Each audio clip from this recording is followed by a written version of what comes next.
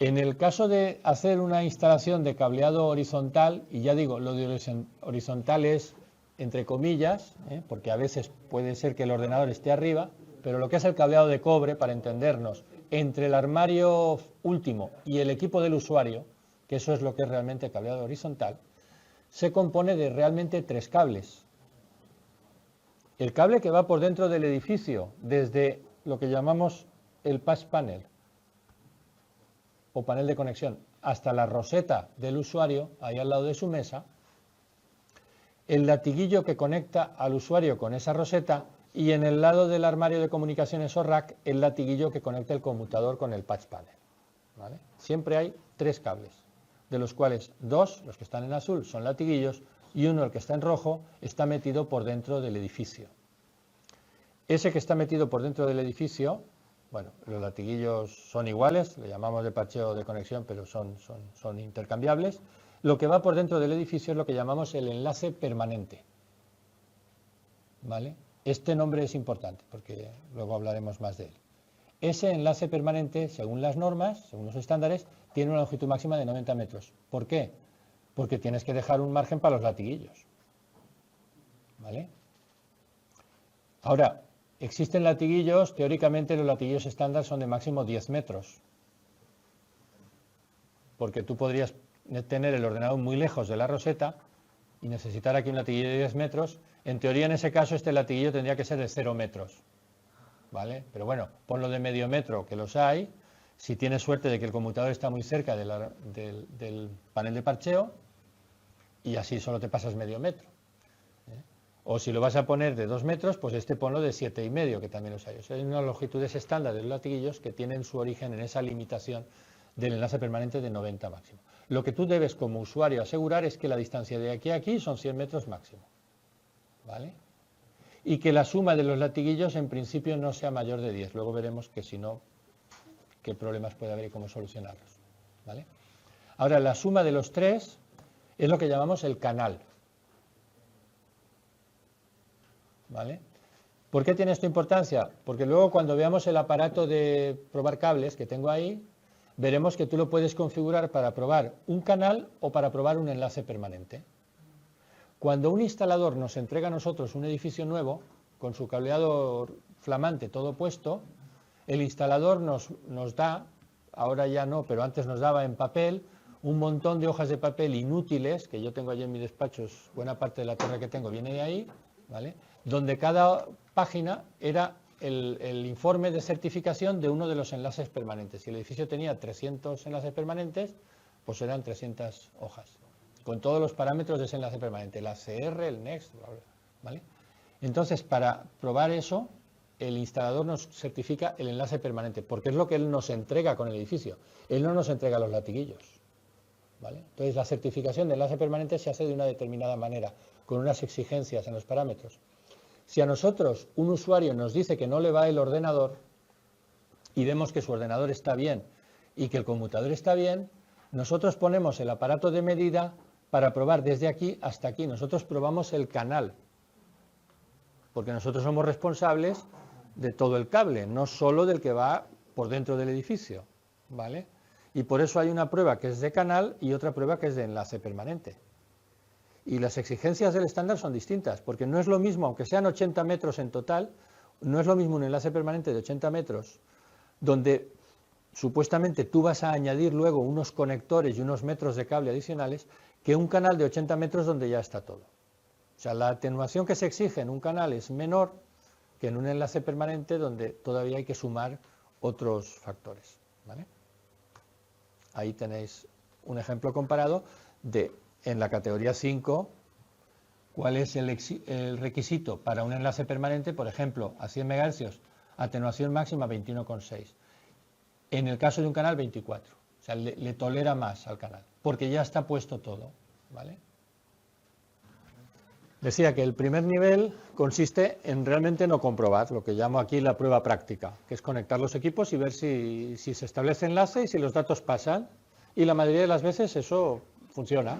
Lo que no sabes es la tasa de errores que estás teniendo. Puedes hacer pruebas indirectas, por ejemplo, hay programas para medir el rendimiento bueno, lo que todos conocéis, lo de test de velocidad, ¿vale? Entonces puedes ver el rendimiento que estás obteniendo y en función de la conexión que tienes y lo que esperas tener, ves lo que obtienes y puedes deducir si hay una tasa de errores importante o no. Como os comentaba el otro día, la tasa de errores influye de forma drástica en el rendimiento. O sea, una tasa de errores incluso relativamente pequeña puede tener un efecto importante en el rendimiento. Si no queremos correr riesgos, lo suyo es comprobar la tasa de errores. Y en el caso de que tengas un ordenador con Windows, como comentaba, pues no es fácil poder acceder a esa información. En un sistema Linux, como todo está, digamos, más estandarizado y más abierto, existe un comando que se llama ethtool, que me parece que os permite ver la tasa de errores. Y en cualquier caso, en el lado del conmutador, siempre se puede ver la tasa de errores. Siempre puedes acceder a la información puerto por puerto del conmutador y te dice la tasa de errores que está observando. Pero los errores solo se ven en el sentido de vuelta, en el sentido de recepción. Tú no puedes saber los errores de lo que estás transmitiendo, porque esos errores los va a detectar el del otro lado. Entonces, cuando se quiere hacer este tipo de comprobaciones, hay que hacer la comprobación en ambos extremos. Y insisto, no es fácil muchas veces. ¿Vale?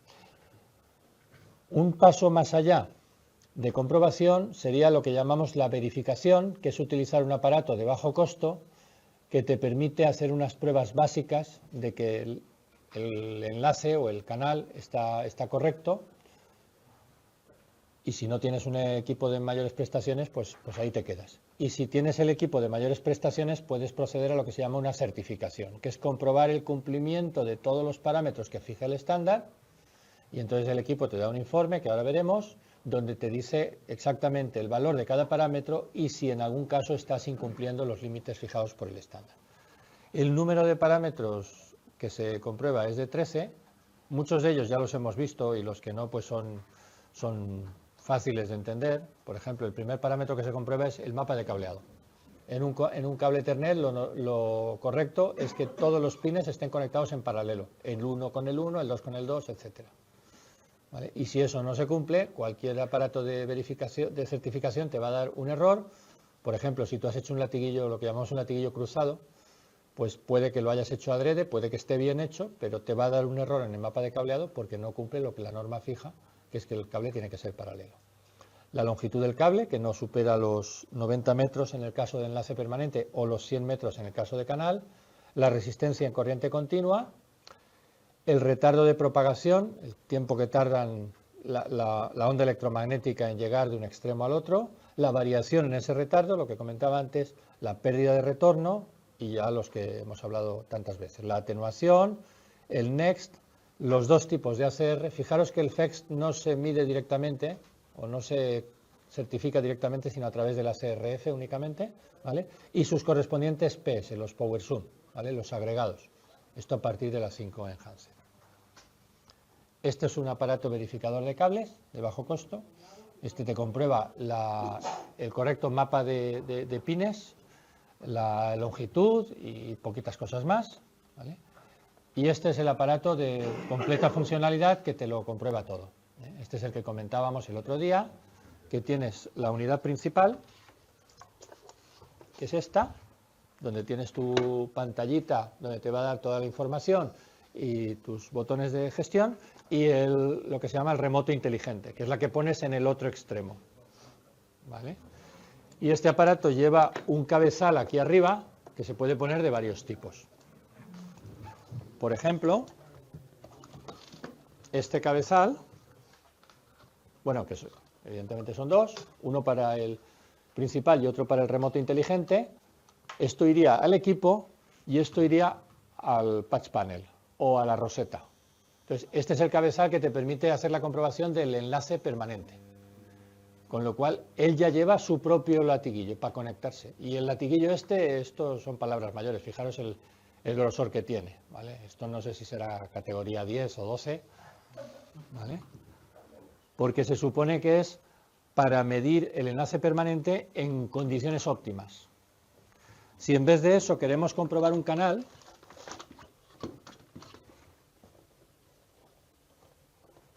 entonces tenemos que utilizar este otro cabezal, que lo que tiene es un conector RJ45, donde enchufaríamos el latiguillo en uno y en el otro extremo. ¿Vale? Entonces, mediante esos dos cabezales distintos, y aquí veis que, bueno, no lo veis, pero lo digo, pone categoría 6A, clase E sub A. ¿Vale? Entonces, esto, sí, es que no sé si en la tabla de antes, igual la 6A era la E sub A, no lo sé. Dime. Para certificar cables de categoría superior, ¿nos valdría el mismo aparato con un cabezal diferente? No, este aparato no llega más allá de 6A. Cuando queramos certificar categoría superior, tendremos que hacer, como ya hemos hecho 2 veces antes, comprar el aparato siguiente. Por eso tenemos varios, porque tenemos uno de categoría 5, otro de cuando llegó la 6 y este de para la 6A. Lo que sí harán será certificar categorías inferiores. Sí, eso iba a decir. Este que es de 6A vale también para 6 y para 5. Bueno, probablemente para inferiores, pero ya digo, como yo nunca las he visto, no se nos ha dado el caso. Entonces, con ese aparato todo conectado, configurado, tú le das al botón de test y en tan solo unos segundos él hace todo ese barrido de frecuencias, te mide toda esa lista de parámetros y te dice al final, como en este caso, pasa. ¿Vale? Si te dice pasa, además te da toda la información. Aquí podéis ver, no lo vamos a ver en detalle, pero por ejemplo este es el next, este es el margen del caso peor. Recordad que había 6 next diferentes, ¿vale? Entonces él mide los 6 next y mide cuál de los 6 y a qué frecuencia, en este caso a 10,1 MHz, está más... ¿Y por qué a vosotros no se ve y a mí sí? Lo señalaré con la mano. Bien, os decía, aquí tenemos para la unidad principal, para el remoto inteligente, esto es remoto inteligente, o sea, lo mide en un sentido y en el contrario, y te dice el peor caso en cada sentido. Aquí te está diciendo, el peor next lo he medido cuando he utilizado los pares 3, 6, o sea, cada par se numera por 2 números, son 8 contactos, del 1 al 8, ¿vale? Entonces, el contacto 3 y el contacto 6 forman pareja, no todo, o sea, hay una pareja que es el 1, 2, luego el 3, 6, luego el 4, 5 y luego el 7, 8. Es un poco raro, pero está así montado. Entonces, la pareja 3, 6 contra la 7, 8, en ese caso es cuando detecto el peor next. Y en el sentido contrario se da entre la pareja 3, 6 y la 4, 5. Ya ha vuelto, ¿vale?